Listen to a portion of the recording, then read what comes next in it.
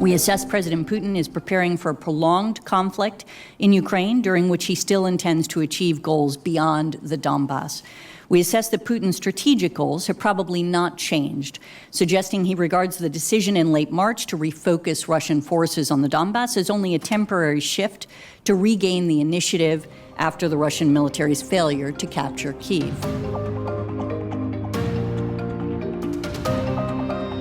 We do think that that could be the case in the event that he perceives that he is losing the war in Ukraine, and that NATO, in effect, is sort of either intervening or about to intervene in that context, which would obviously contribute to a perception that he is about to lose the war in Ukraine. And if Putin perceives that the United States is ignoring his threats, he may try to signal to Washington the heightened danger of its support to Ukraine by authorizing another large nuclear exercise involving a major dispersal of mobile intercontinental missiles, heavy bombers, strategic submarines. But that there are a lot of things that he would do in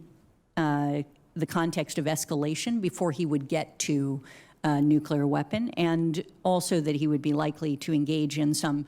signaling beyond what he's done thus far before doing so.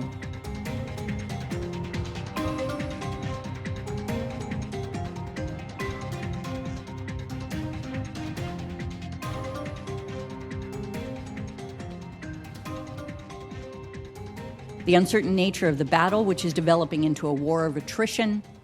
combined with the reality that Putin faces a mismatch between his ambitions and Russia's current conventional military capabilities, likely means the next few months could see us moving along a more unpredictable and potentially escalatory trajectory.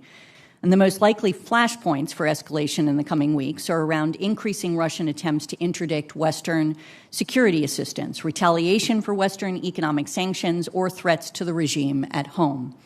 We believe that Moscow continues to use nuclear rhetoric to deter the United States and the West from increasing lethal aid to Ukraine, and to respond to public comments at the U.S. and NATO allies that suggest expanded Western goals in the conflict. Obviously, we're in a position, as you've identified, where we're supporting Ukraine, but we also don't want to ultimately end up in World War III, and we don't want to have a situation in which actors are using nuclear weapons.